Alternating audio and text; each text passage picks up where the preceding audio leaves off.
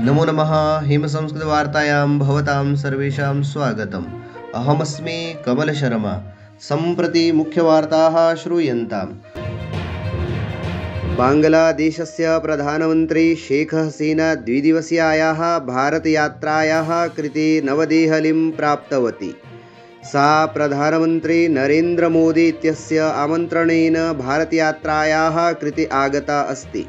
ध्यातव्यं वर्तते यत् नूतनसर्वकारस्य निर्माणानन्तरं विदेशीयनेतृषु इयं प्रथमा द्विपक्षीयराज्ययात्रा अस्ति। वित्तमन्त्री निगमकार्यमन्त्री च निर्मला सीतारमणः अद्य नवीदिल्लीनगरे 53तमायाः GST परिषत्सभायाः अध्यक्षतां करिष्यति। सर्वोच्चन्यायालयः चिकित्सकस्नातकप्रवेशपरीक्षायाः नीट् अस्मिन् वर्षे जायमानां चयनप्रक्रियां निर्वर्तयितुं निरस्तीकृतवान्। विश्वयोगदिवसस्य अवसरे हिमाचलप्रदेशस्य सर्वेषु जनपदेषु बहूनां कार्यक्रमाणाम् आयोजनं कृतम्। मुख्यकार्यक्रमस्य आयोजनं राज्यस्य आयुषविभागेन शिमलानगरस्य ऐतिहासिके रिजस्थले कृतम्।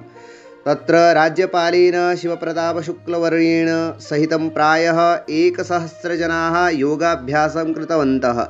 कार्यक्रमे मुख्यातिथिरूपेण उपस्थितः राज्यपालः अवदत् यत् योगः भारतस्य परम्परायां वर्तते।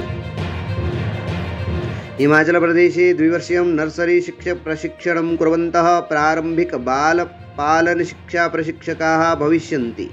मन्त्रिमण्डलस्य सभायाम् अनुमोदनानन्तरं शिक्षाविभागेन हिमाचले 97,260 नियुक्त्यर्थं नियमान् निर्मातुं सज्जता आरब्धा।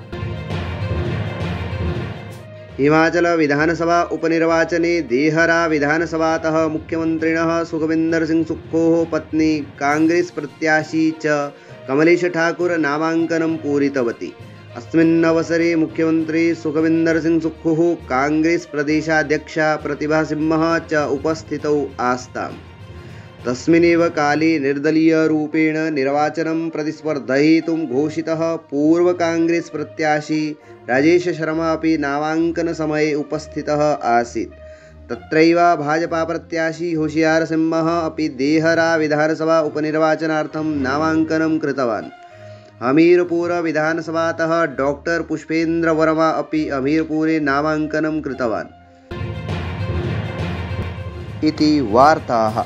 अधिकविस्ताराय अस्माकम् अन्तर्जालपुटकं himsanskrit.com इति पश्यन्तु। जयतु संस्कृतं, जयतु भारतम्।